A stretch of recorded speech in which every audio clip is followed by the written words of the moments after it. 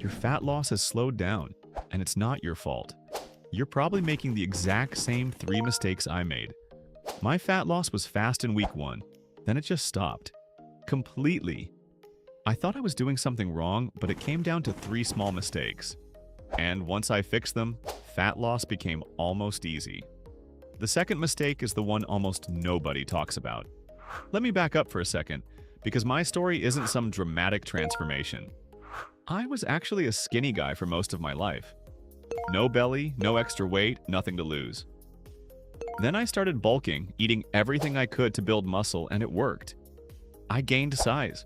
But along with the muscle came fat, mostly sitting right on my belly. So I did what everyone does. I switched to cutting for a few weeks to bring that fat back down. And that's exactly when I made these 3 mistakes, one after another, without even realizing it. The first mistake happened on day 1. Before I started cutting, I weighed myself and built a diet plan around that exact number. Calories, macros, everything calculated perfectly for that starting weight. And for the first 2 weeks, it worked beautifully. I dropped almost 4 kilos. But here's what nobody tells you. Once your weight drops, your body is no longer the same body you built that diet for.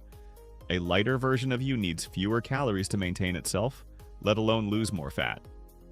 So I kept eating the exact same plan, the one designed for my heavier self, and week by week my results got quieter and quieter. If you're not checking your weight every week and adjusting your diet to match your current body, you're basically driving with an outdated map.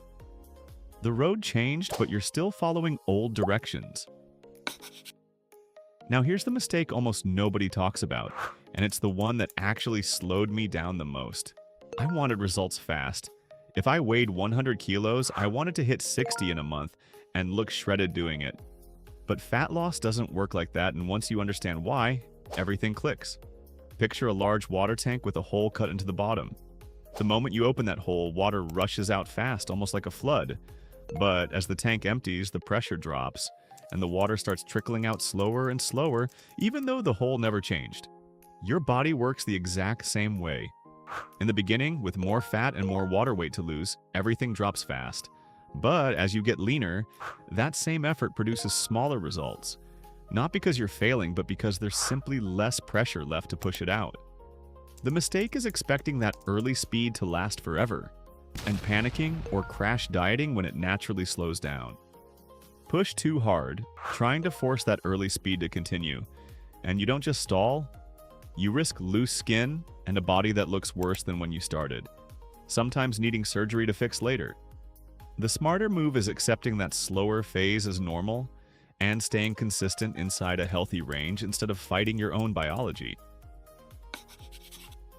And that brings me to the third mistake, the one that quietly wrecks both your progress and your health at the same time.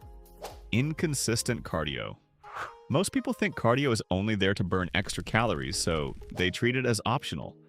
Something to add only during cutting and forget about the rest of the time. But cardio isn't just a fat loss tool, it's protecting your heart. And skipping it during bulking is just as risky as skipping it during cutting. The real damage, though, happens during the cut itself. Cardio is one of the fastest ways to create the calorie deficit your body needs to keep burning fat, but almost everyone keeps the same intensity and duration from day 1 all the way to the last day of their cut. Your body adapts fast, and what challenged you in week 1 barely does anything by week 4. Every time your fat loss starts feeling slow again, that's your signal to increase either the intensity or the duration of your cardio, not to just keep repeating the same session hoping it still works the same way it did before. Fix these 3 things. Update your diet as your weight drops, expect and accept the natural slowdown instead of fighting it, and keep pushing your cardio forward instead of freezing it. And fat loss stops feeling like a fight. It becomes something you can actually predict and control.